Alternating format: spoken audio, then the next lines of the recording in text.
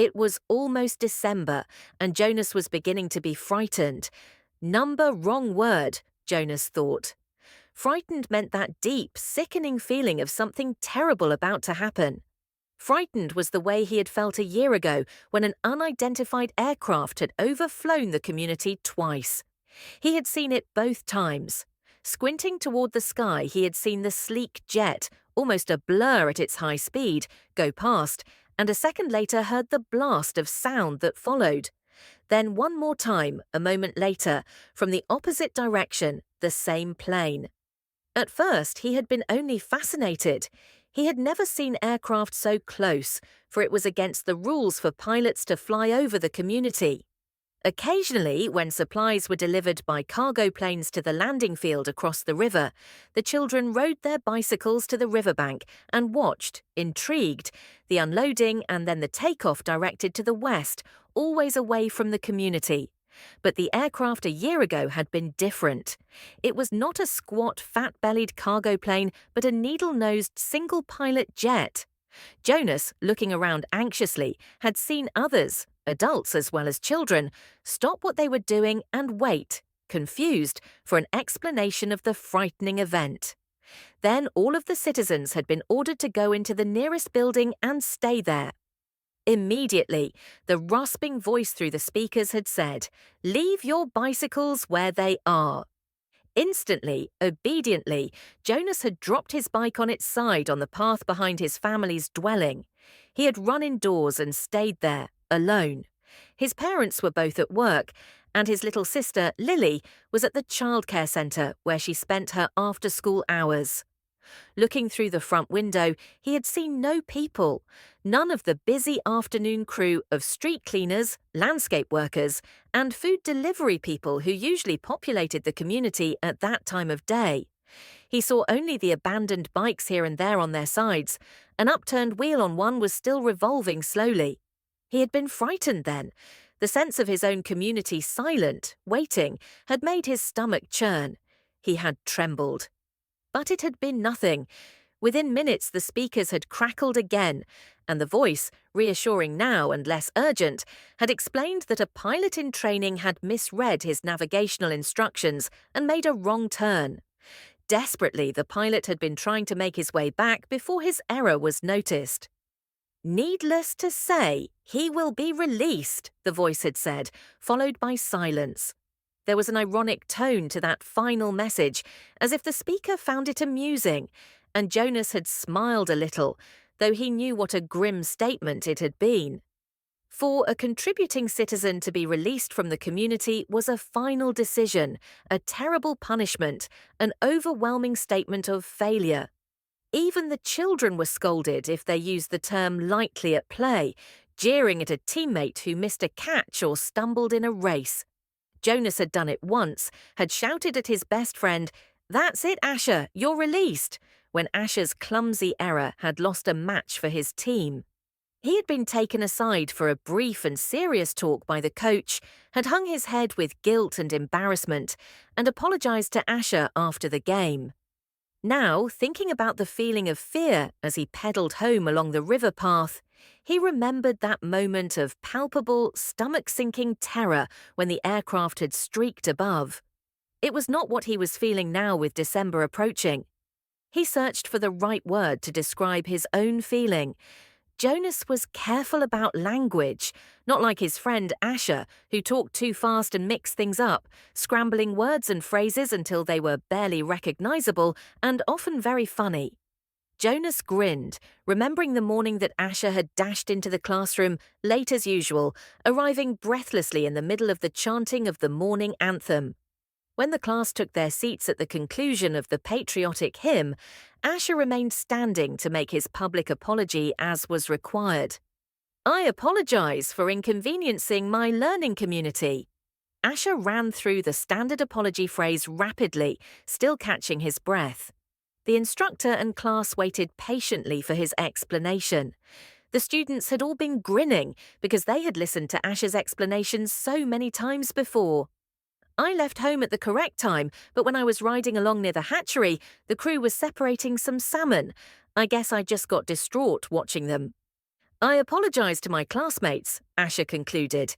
He smoothed his rumpled tunic and sat down. We accept your apology, Asher. The class recited the standard response in unison. Many of the students were biting their lips to keep from laughing. I accept your apology, Asher, the instructor said. He was smiling. And I thank you, because once again you have provided an opportunity for a lesson in language. Distraught is too strong an adjective to describe salmon viewing. He turned and wrote distraught on the instructional board. Beside it, he wrote distracted. Jonas, nearing his home now, smiled at the recollection. Thinking still, as he wheeled his bike into its narrow port beside the door, he realized that frightened was the wrong word to describe his feelings now that December was almost here. It was too strong an adjective. He had waited a long time for this special December. Now that it was almost upon him, he wasn't frightened, but he was. Eager, he decided. He was eager for it to come, and he was excited, certainly. All of the 11s were excited about the event that would be coming so soon, but there was a little shudder of nervousness when he thought about it, about what might happen. Apprehensive, Jonas decided. That's what I am. Who wants to be the first tonight for feelings? Jonas's father asked at the conclusion of their evening meal. It was one of the rituals, the evening telling of feelings. Sometimes Jonas and his sister, Lily, argued over turns, over who would get to go first. Their parents, of course, were part of the ritual.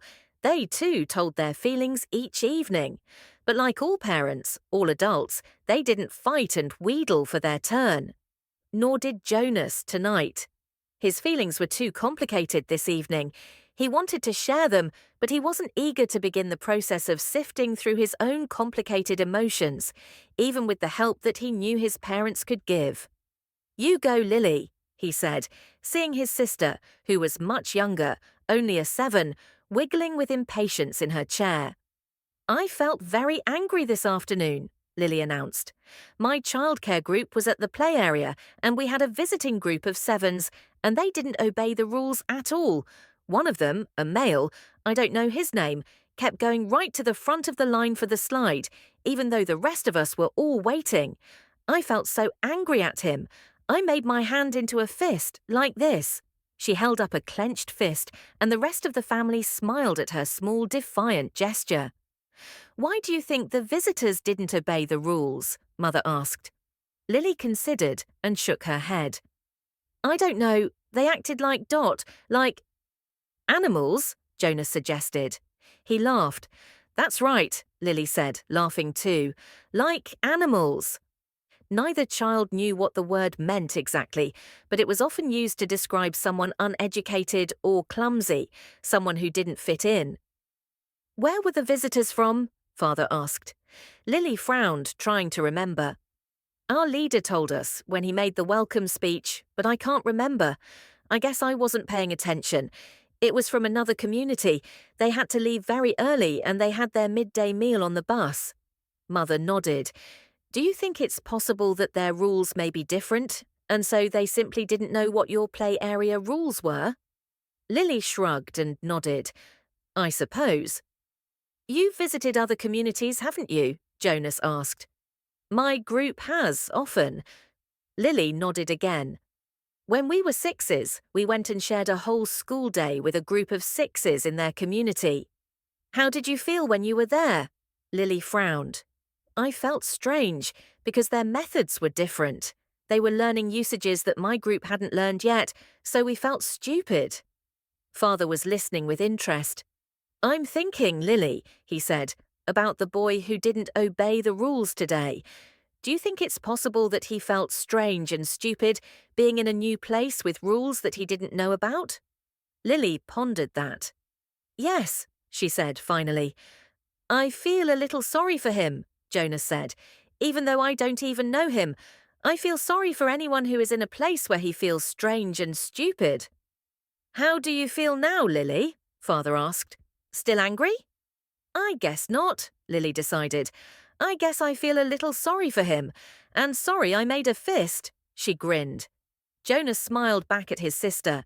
Lily's feelings were always straightforward, fairly simple, usually easy to resolve.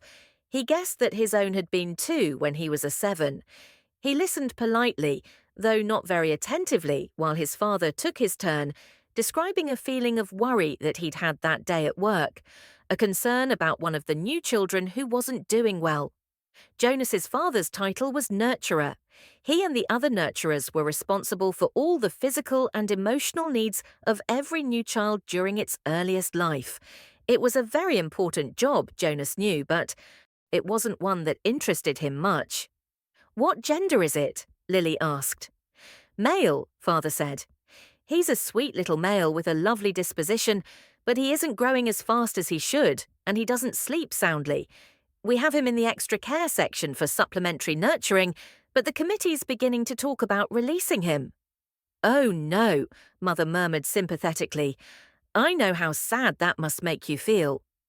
Jonas and Lily both nodded sympathetically as well.